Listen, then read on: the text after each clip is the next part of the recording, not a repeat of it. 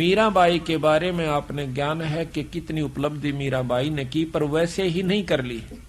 एक दिन में नहीं होगी बेचारी पर। पहले माँ का सत्संग सुना।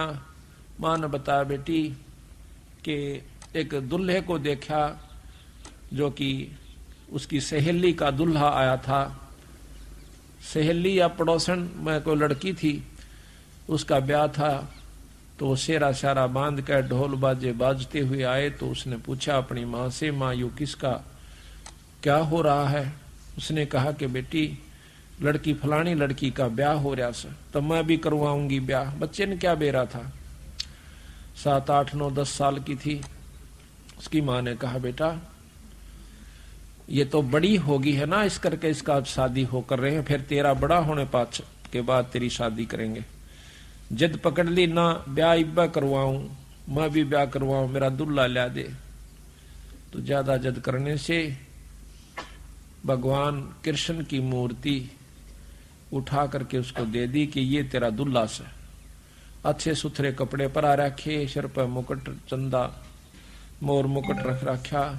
उस दिन के बाद उस दुल्हे को उसने अपने प्रेम के साथ रखा, उसकी पूजा करी, साथ उसके जो सोवा जब अपनी खाट पर लुटा ले, फिर अपने दर्दे अलमारी में खेल का फिर ठा ले, यानी उसमें पूरी लगन लगा ली, उसको अपना पति स्वीकार कर लिया भगवान सांवरिया कृष्ण रूप में।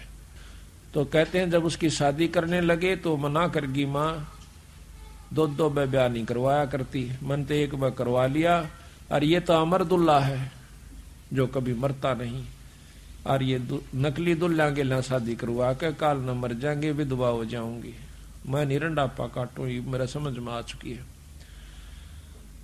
उसके बाद जबरदस्ती शादी करनी पड़ी, क्योंकि बच्चे लड़की की जात घर में कौन रख सके, ऐसा समाज में व्यापक है वो बात। तो राजा के साथ शादी कर दी। शादी के कुछ दिनों के बाद उसका पति देव मर जाता है, शरीर छोड़ जाता है। मीरा की जो लगन थी वो लगी रहती है। वो नहीं मना किया करता था, वह कहीं सत्संग आदि में जाती। उसके देवर था वो बहुत अटीला था, वो मना करा करता, पहले भी उसको धमका दिया करता। लेकिन वो जो राणा था बड़े वाला, वो कभी उसको मना नहीं किया करता था। उसके मान गया था, उसकी आत्मा मानती थी, पर वो परमात्मा को प्यारा हुआ। उसके बाद उसको बहुत कष्ट उठाना पड़ा। उसके देवर ने बहुत दुखी करी। कभी तो कहता है तेरी नाड़ काट दूंगा, कभी कहे सांप बेच दिया। एक बार सांप बेच दिया। सांप बेचा कि नो कह करके पिटारी के अंदर लुको कर ले गए, जिसमें हार होता है। मीरा को कहना कि ये हार से और इसको पहन ले। जब खोलती है तो 9 लखा हार बन जाता है। नौकरों ने आके बताया राणा को कि महाराज वो तो हार बन गया। नो जाकर देखा है तो उसके अंदर हार लिखा हुआ, और बहुत उसको महसूस हुई राणा को भाई कोई शक्ति जरूर से। पर अहंकार कसूता हो, लोक लाज बहुत ज्यादा बुरी होती है। उसके मन में न्यू था कि हमारी बहू ठाकरों की, और कितना हो जावा दुनिया ताने मारा से, या हमने सहन नहीं होती। मीराबाई ने बोली चाहे मेरा सिर कट जा, पर मैं सत्संग में जानता नहीं मना रह सकती। हम तो थोड़ी सी आंट को मान करके भी सत्संग से विमुख हो जाते हैं ना हमें, लेकिन थोड़ा सा हिम्मत करनी पड़ेगी। किसी युग में कर लियो या करे सदैगी, करें सरेगा, चाहे इस जन्म में कर लियो, चाहे फिर कभी जन्म और कोई भक्ति का सूत बैठ जा तो फिर कर लियो। करना पड़ेगी हिम्मत, जैसे मीराबाई ने करी। मारा तो यह समझ में आई, जब मीराबाई एक लड़की हो गए और संग्रह समाज से कर सकती है, तो क्या हम नहीं कर सकते? और क्या आज की लड़कियां नहीं कर सकती? वो लड़की कोई 4 हाथ थे उसके, पर बात समझ में आए की है।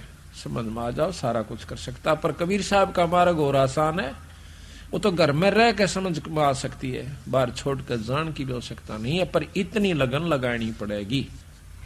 कहते हैं कृष्ण भगवान जब वो नाचा करती उसके ब्रह प्रेम में, तो खुद प्रकट हो जाया करते थे, वहां पर उसके साथ नाचा करते थे। फिर उसको मारने के लिए, खुद मारने की खातिर जहर भेज दिया काले सांप का। कहते हैं उसी समय पता लग गया मीरा को, और तलवार लेकर खड़ा हो गया राणा के, इसको पी लिए नहीं तो तेरी नाड़ काट दूंगा। मीराबाई ने सोची मरना तो सही, पर परमात्मा के नाम पर क्यों ना मरूं। लेकर उस जहर के प्याले को और उस भगवान कृष्ण की मूर्ति शालिग्राम का ऊपर घेर कर उसके चरणों पर नीचे दूसरा प्याला डाल लिया और कह लिया कि ले परमात्मा अब तू जाने तेरा काम जाना है। महाराज कहते हैं मीराबाई को मारन चाले जहर का प्याला प्यारे और पीवत ही अमृत हो गया शरद ही यारे। यानी अमृत कैसा हो गया वो जहर। तो इस प्रकार ईश्वर जो शक्ति है, जिस इष्ट में जितनी शक्ति है उतनी मदद वो अवश्य करता है। अब आप किसी हौलदार या थानेदार का सहारा ले लीजिए, वो भी मदद आपकी कर देगा, पर जितनी कर सकता है उतनी कर देगा, आगे उसकी बस की बात नहीं। इसी प्रकार ये तीन लोग के परमात्मा कोई छोटी शक्ति नहीं है। जिस प्रकार डिप्टी कमिश्नर बहुत बड़ी पावर हो जैसे, परंतु सीएम और पीएम प्राइम मिनिस्टर के सामने बहुत छोटी इकाई आ जाता है। यही हमारा बंदी छोड़ के कहने का तात्पर्य है। फिर क्या हुआ कि उसने उस दिन